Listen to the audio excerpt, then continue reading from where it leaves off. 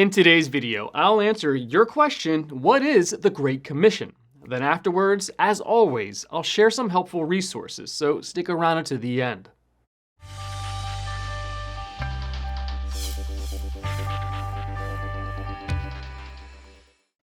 Matthew chapter 28, verses 19 through 20 contains what has come to be called the Great Commission.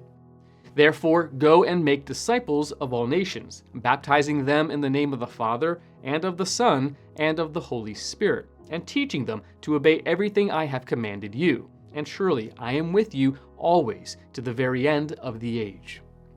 Jesus gave this command to the apostles shortly before he ascended into heaven, and it essentially outlines what Jesus expected the apostles and those who followed them to do in his absence. It is interesting that in the original Greek, the only direct command in Matthew chapter 28, verses 19 through 20 is make disciples. The Great Commission instructs us to make disciples while we are going throughout the world. The instructions to go, baptize, and teach are indirect commands, participles, in the original. How are we to make disciples? By baptizing them and teaching them all that Jesus commanded. Make disciples is the primary command of the Great Commission. Going, baptizing, and teaching are the means by which we fulfill the command to make disciples. A disciple is someone who receives instruction from another person. A Christian disciple is a baptized follower of Christ, one who believes the teaching of Christ. A disciple of Christ imitates Jesus' example, clings to his sacrifice, believes in his resurrection, possesses the Holy Spirit, and lives to do his work. The command in the Great Commission to make disciples means to teach or train people to follow and obey Christ. Many understand Acts chapter 1, verse 8 as part of the Great Commission as well. But you will receive power when the Holy Spirit comes on you, and you will be my witnesses in Jerusalem and in all Judea and Samaria and to the ends of the earth. The Great Commission is enabled by the power of the Holy Spirit.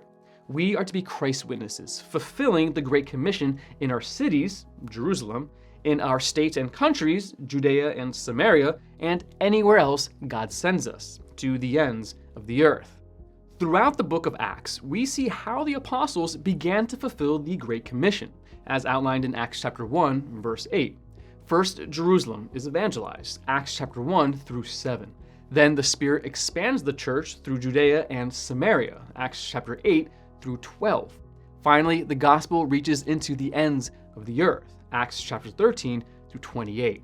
Today, we continue to act as ambassadors for Christ, and we plead on Christ's behalf, be reconciled to God, 2 Corinthians chapter 5, verse 20.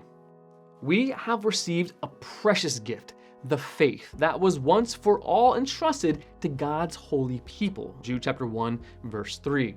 Jesus' words in the Great Commission reveal the heart of God, who desires all people to be saved and come to a knowledge of the truth, 1 Timothy chapter 2, verse 4. The Great Commission compels us to share the good news until everyone has heard. Like the servants in Jesus' parable, we are to be about the business of the kingdom, making disciples of all nations. He called his 10 servants and delivered them 10 pounds and said unto them, Occupy until I come. Luke chapter 19, verse 13. Want to learn more? Subscribe so you don't miss the next video. Visit gotquestions.org for more great content and check out the details section below this video. There you'll find one book I recommend along with several links to related questions. If you'd like to learn about Bible Munch or if you're interested in bite-sized devotionals, subscribe to Bible Munch on YouTube. It's linked right here. Now remember, got questions? The Bible has answers. We'll help you find them.